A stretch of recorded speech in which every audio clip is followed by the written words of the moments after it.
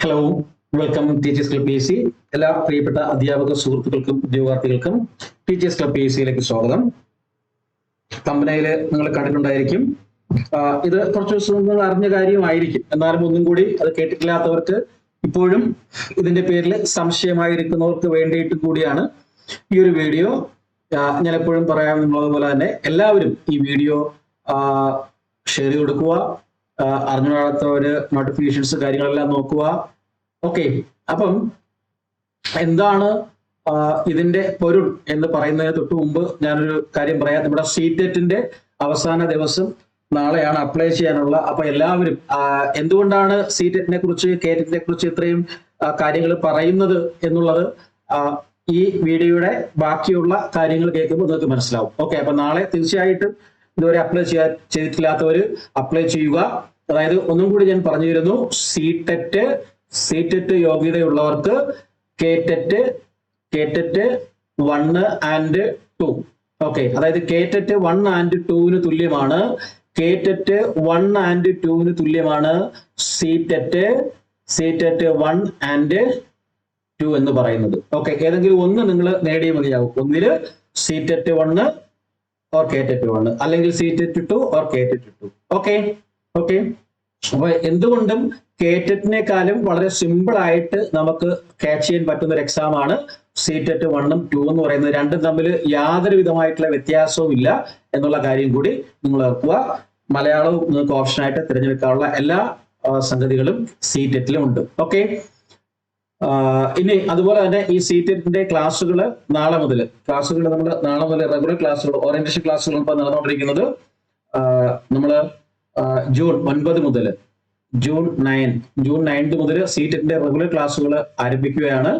അതിന്റെ ഓറിയന്റേഷൻ ക്ലാസ്സുകൾ നടന്നുകൊണ്ടിരിക്കുന്നു.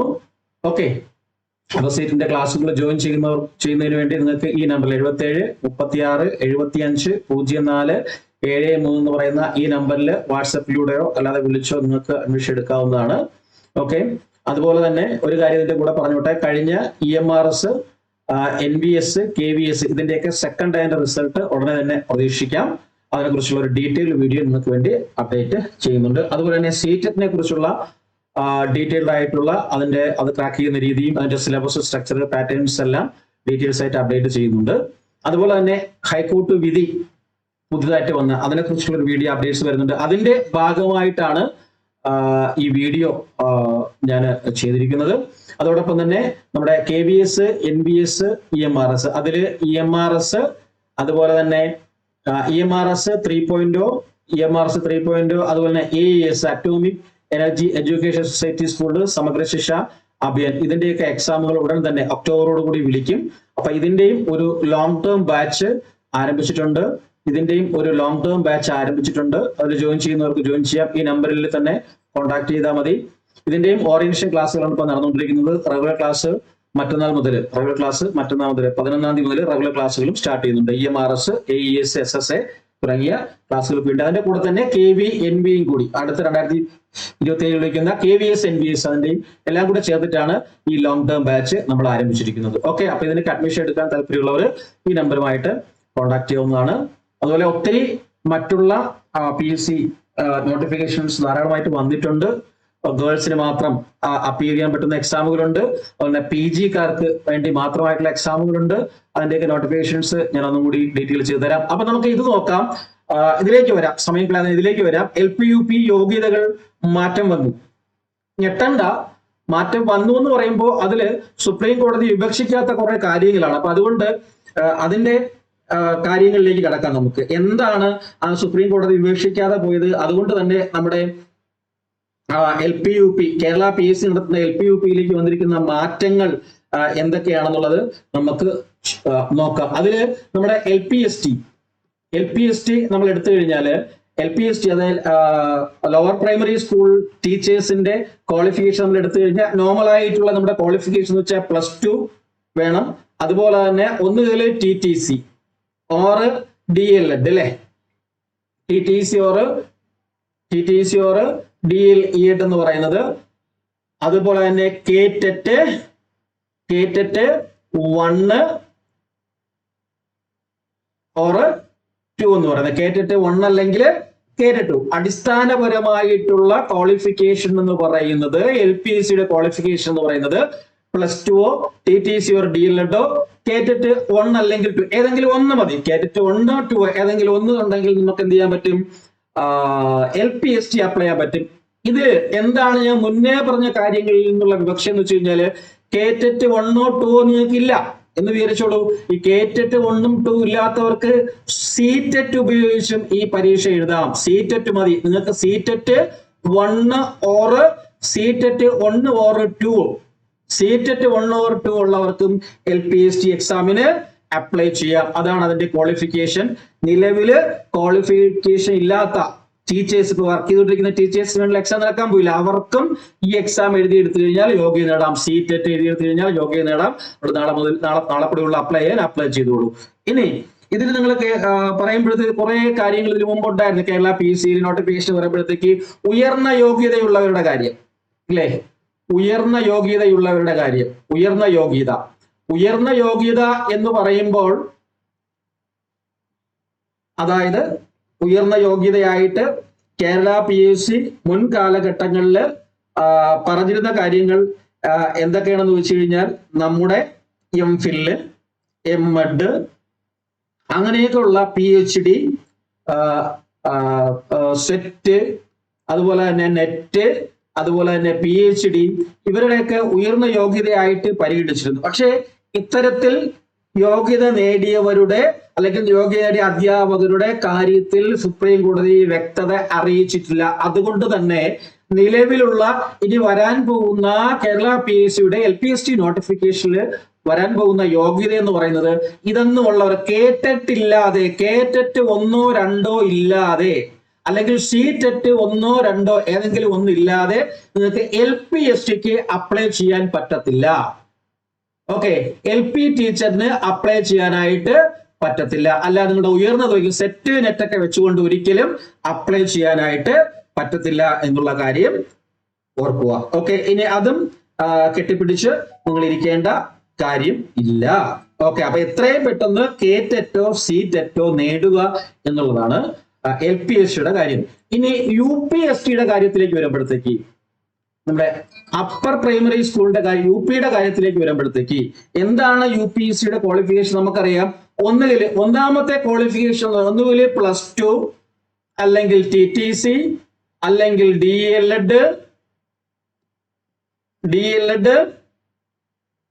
പ്ലസ് കേറ്ററ്റ് 1 or കേറ്ററ്റ് 2 അല്ലെങ്കിൽ CTET 2 1 ഇല്ല, CTET 2. ഓക്കെ, CTET 2 നേടി, അതായത് ബേസിക് ആയിട്ടുള്ള ക്വാളിഫിക്കേഷൻ എന്ന് പറയുന്നത് +2 TTCയോ DLED നേടിയതിനു ശേഷം ഒന്നുകിൽ നിങ്ങൾ കേറ്ററ്റ് 2 പാസ്സായിരിക്കണം, കേറ്ററ്റ് 1 പാസ്സായിരിക്കണം, അല്ലെങ്കിൽ കേറ്ററ്റ് 2 പാസ്സായിരിക്കണം. ഏതെങ്കിലും ഒന്നുള്ളവർക്ക് കേറ്ററ്റ് 1 ആവാം, കേറ്ററ്റ് 2 ആവാം. ഇതുള്ളവർക്ക് UPSC എഴുതാം. അത് കൂടാതെ പിന്നെ ഒരു വിവക്ഷ ഇവിടെ പറയുന്നത് ഇത്രയും ക്വാളിഫിക്കേഷൻ ഉണ്ട്, +2 ഉണ്ട്, TTC ഉണ്ട്, DLED ഉണ്ട്, അതിന്റെ കൂടെ CTET 2 ഉണ്ടെങ്കിൽ നിങ്ങൾക്ക് UP അസിസ്റ്റന്റിന് അപ്ലൈ ചെയ്യാം. അവിടെ ഒരു കാര്യം ഓർക്കേണ്ടത് ഇപ്പോൾ CTET 2 എഴുതാൻ പറ്റുന്നവർക്ക് ഡിഗ്രി പ്ലസ് B.Ed വേണം. അപ്പൊ അതുകൊണ്ട് തന്നെ രണ്ടാമത്തെ ക്വാളിഫിക്കേഷൻ എന്ന് പറയുന്നത് നിങ്ങൾ ഡിഗ്രി പ്ലസ് B.Ed പ്ലസ് കേറ്ററ്റ് 2 ഡിഗ്രിയും B.Edഉം കേറ്ററ്റ് 2 ഉണ്ടെങ്കിലും എന്ത് ചെയ്യാം? UP അസിസ്റ്റന്റിന് അപ്ലൈ ചെയ്യാം. അല്ലെങ്കിൽ കേറ്ററ്റ് 2ന് പകരം CTET 2 ഉണ്ടായിരുന്നാലും മതി. CTET 2 ഉണ്ടെങ്കിലും നമുക്ക് എന്ത് ചെയ്യാൻ പറ്റും? UP അസിസ്റ്റന്റ് അപ്ലൈ ചെയ്യാം. മുന്നേ ഉള്ള ഉദ്യോഗാർത്ഥികൾ അപ്ലൈ ചെയ്തിരുന്നത് ഉയർന്ന യോഗ്യത വെച്ച് അവർ അപ്ലൈ ചെയ്യുന്നു. നമ്മൾ നേരത്തെ പറഞ്ഞ നെറ്റോ സെറ്റോ PhD ഒക്കെ വെച്ചിട്ട് എന്ത് ചെയ്തിരുന്നു?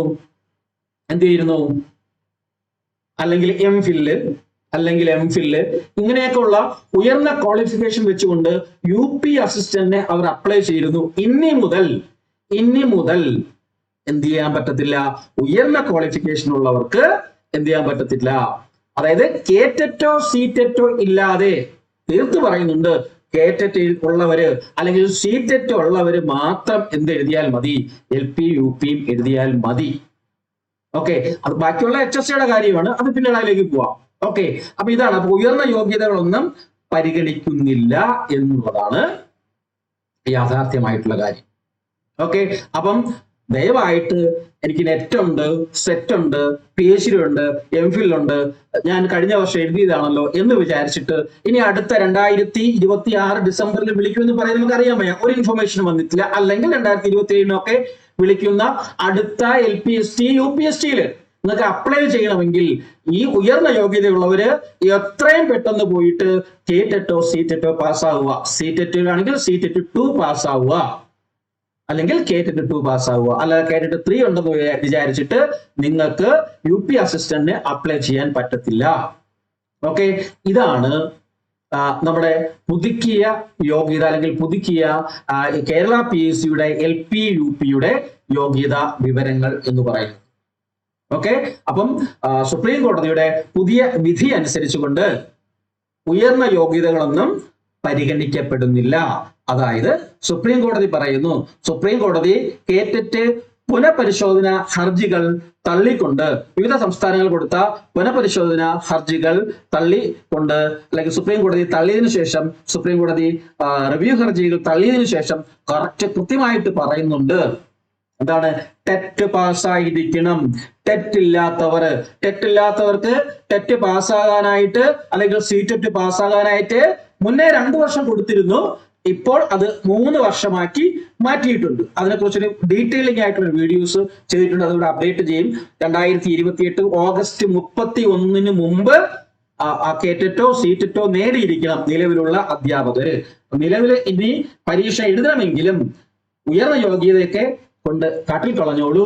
നിങ്ങൾക്ക് UP അസിസ്റ്റന്റോ LP അസിസ്റ്റന്റോ എഴുതണമെങ്കിൽ എന്ത് വേണം, ഒന്നുകിൽ കേറ്ററ്റ് 1 വേണം, അത് TTC ഉള്ളവർക്ക്, DLED ഉള്ളവർക്ക് കേറ്ററ്റ് 1 കേറ്ററ്റ് 2 അല്ലെങ്കിൽ സീറ്ററ്റ് 2, അല്ലെങ്കിൽ ഡിഗ്രി പ്ലസ് BEd ഉണ്ടെങ്കിൽ മസ്റ്റ് ആയിട്ട് കാറ്റഗറി 3 അല്ല കാറ്റഗറി 2 കേറ്ററ്റ് 2 അല്ലെങ്കിൽ സീറ്ററ്റ് 2 മസ്റ്റ് ആയിട്ട് ഉണ്ടായിരിക്കണം. അതുകൊണ്ടാണ് ഞാൻ പറഞ്ഞത് നമ്മുടെ ലാസ്റ്റ് ഡേറ്റ് നാളെയാണ്.